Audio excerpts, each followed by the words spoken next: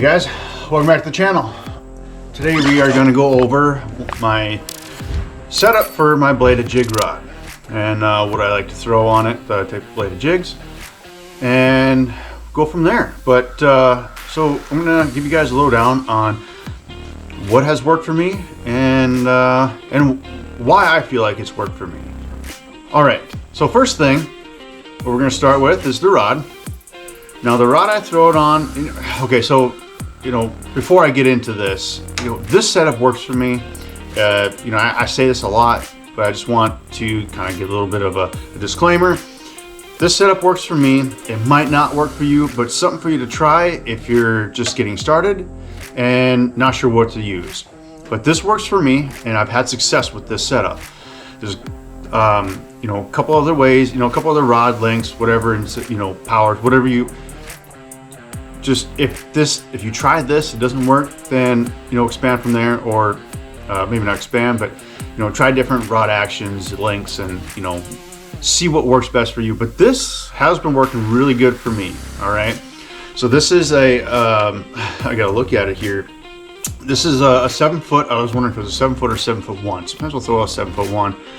Sometimes I'll throw like a 6'9" if I'm really trying to be accurate with my cast. But my all-around favorite, which is this one, is a 7 foot medium heavy rod, and this rod is kind of like a do-all for me. I will use it for a lot of different things, but I really love it for a bladed jig rod, and it has worked out really well. This is a fast action rod tip. I don't know if you'll be able to see it, but it's a fast action rod tip. And a lot of guys don't like that for a bladed jig. A lot of guys will go to glass and have more of a parabolic bend, and that's fine. That works for them. This has worked great for me, so I haven't had any issues with this. So, do what works for you, but I haven't actually lost any fish because of that bend. Now, I do use full fluorocarbon line, so sorry, big spider just killed it. I do use all fluorocarbon line. I don't use any braid to fluoro or any just braid. So fluorocarbon has a little bit of stretch. It's not as much stretch as monofilament, but it has a little bit. So it still does give me that little bit of leeway, when I'm fighting a fish, but not as much as a rod with a parabolic bend would. And that's okay for me. This has worked really good. I haven't had any problems with it, like I've said before. So the rod action, the length, the power, this is a pretty good starting point, I feel like, and this is what I started with, and it's been working really good. I've tried some other, actions and stuff too, and I didn't like the parabolic bend for some reason. I didn't like that. And so the reason why is because when I set the hook, I feel like I'm not getting enough bite into it, and some of these hooks are pretty stout hooks, and I don't know. Now, I'm not setting it like King Kong, of course, but I still want to get a good hook set in them, and this has been perfect. With that, you can throw whatever bladed jig you want on there. I start out like so with this rod. So the different size of bladed jigs are going to determine the different size of line, of course. So right now with this line, it's a 17-pound fluorocarbon Suffix advanced line. That's what works for me. I've been using it. I haven't had an issue with it. I have no reason to change. I'm sure there's other good lines out there too. But 17-pound fluorocarbon line, and I'll use that to throw. Right now I've got a 1/2 ounce bladed jig on here. I'll throw a half. Anything 3 ounce or more, I'll throw, or 3 ounce, 3/8 ounce or higher, like 3/8 ounce, 1/2 ounce, 3/4 ounce, 1 ounce. I will use the heavier line, unless I'm trying to get out deep in deeper water and I'm throwing the 3/4, 1 ounce, then maybe I might step it down to a 14-pound. But the lighter bladed jigs, say the 1/4 ounce, or 1/4 ounce is probably the lightest I'm going to throw. But the 1/4 ounce bladed jig, then I will use. I've got another rod, same setup actually, power, length, action. I have a 14-pound fluorocarbon line on there, and that one I will throw that 1/4 ounce bladed jig. The reason why I want that is because different rate of fall, and I can reel it a little bit slower and still get that slow action, because sometimes they don't want it burning fast. Sometimes they don't. I've tried it. I've watched it on Livescope. Sometimes they just don't want it. Sometimes they just want a steady speed, and then, you know, just go fast sometimes, or sometimes slow. And the reason why, sometimes I fish it shallow. So the reason why I like to have that that 1/4 ounce rather than a 3/8 is because I can slow roll it and it won't sink too fast. Sometimes if I've got a heavier weight, if you have a heavier weight like a 3/8 or a 1/2 ounce, and you want to slow roll it, but you can't because it comes down a little bit too far and it gets in the weeds. Sometimes I'm rolling these over top of weeds, so that's where I'm fishing it sometimes.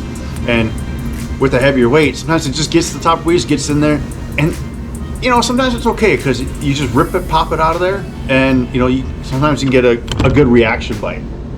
But what I don't try to do that, so I try to get it up above and a steady reel. Sometimes I'll feather it, you know, I'll just kind of, I'll reel, I'll lift the rod tip up, come down, reel as I come down, lift the rod tip up, and just kind of like you would dragging a jig a little bit lighter. A little bit lighter of a pull, okay? Because you're pulling your rod up like this and then dropping, okay? That's sometimes what I'll do as well too. So the line sizes for me, they don't change very much. It's either a 17-pound fluoro or a 14-pound fluorocarbon. I typically won't go any less or higher than that. I won't go higher than 17-pound because I've tried it with 20-pound and casting ability kind of starts to suck, and for me anyways, it sucks. Maybe I just suck with it, but I bird's nest a lot. Backlash, a lot of backlash with the 20-pound. 17's been a really good line for me. I've thrown it a lot. I've pulled hard on that line, and it's been working great. And you can still catch. I mean, I've caught with this setup. I've caught walleye, smallmouth, pike, and largemouth too. So I've caught them all on this. So I feel very comfortable with it. I've caught, you know, not just small fish, I've caught big fish on it. So it's a good setup for that. And I feel like this is a good setup for you guys to try. About the rod, so this is a rod that I built. I should have, you know, expanded on that, you know, in the beginning. And what I really like about the rods is that the rods that I have and the rods that I purchased from now on, I really like the grips. These are the wind grips. And once I used I built one rod with them to try out, and I tested out in the rain, and I've even had some. I had tournament day where it was literally we had snow, then sleet, then rain. All three in the same day, and I never once lost control of my rod. I always had full control because of these wind grips. I love these wind grips, and if I can, I will always use those. But with that, you know, I mean, the wind grips are, you know, I don't know, I can't find a ton of rods that have. I mean, there are some that have them, but those are really good. If you can find them, get yourself a rod with some wind grips on them. And they're comfortable too. They're really comfortable. I love them a lot. They're durable. I beat up on my rods a lot, so and this one's been beaten up pretty good too. It's got a lot of use lately. All right, so the next thing we're going to talk about is the reel. You know, a lot of this, you know, use the reel that's comfortable for you. The reel I like is the Quantum Smoke. This is their inshore model. Just I got it because it's got blue on it. Their inshore model has blue anodized accents on it. You know, on the ends of the here.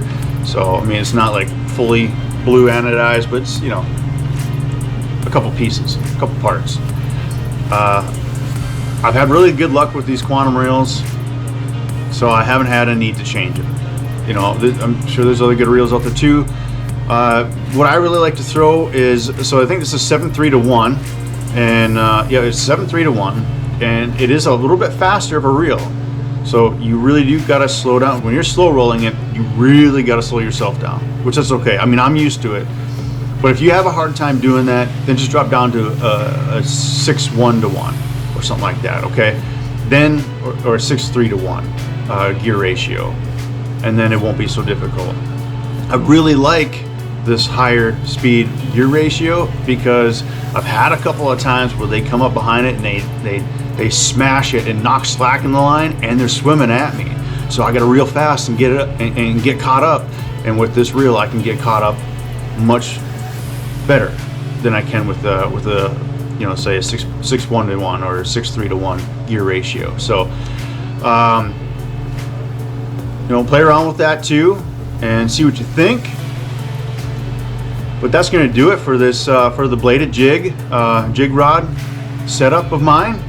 This, like I said, I've had really good success with this setup. So I mean, it works. It works for me. And I've used it in you know, many different situations. You know, like I said though, with line size, you know, you're gonna go a bit deeper, and you're not gonna be around a lot of cover where you could get dinged up a lot. You know, maybe just drop down. Like I would drop down to the 14-pound fluoro. If you want to drop down to like a 10, go for it. I'm not comfortable with that. So I'm sure it works. But even so, like say if there's lakes that you got zebra mussels in.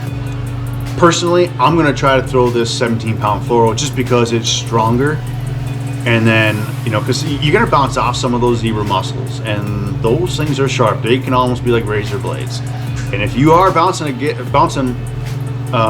some of the rocks and anything that has zebra mussels on, always check your line. Always check up, you know, like the first 20 feet of your line, just in case. If you got a little bit of a nick in there, it won't take much, and then that'll just cut and slice, and then your bladed jig is gone. And if you've got a jackhammer, a Z-Man jackhammer on there, this is a Picasso football head bladed jig. But if you got a Z-Man jackhammer, which is like a $17 lure, something like that, 16, 17, I don't know what they are, but they're about that range. Then you just lost like a $17 lure, you know, from, you know, not checking your line. So be aware of that. And yeah, check out the rod style and stuff like that. See if it works for you, and go from there. So I hope you guys enjoyed this one, and you know, stay tuned for a couple more of these. We are going to try and get out and do some ice fishing. We'll see what happens, but for right now, you know, we'll keep doing what we're doing, and yeah, hopefully we can get, like I said, hopefully we can get out and do some ice fishing. I know some of these, you guys are starting to probably get sick of seeing me sit here talking about baits and rods and stuff. So, and I'm really itching to get out there and go fishing. It's just, time's a factor. So, I apologize for that. Stay tuned for some more content, and we'll catch you in the next video.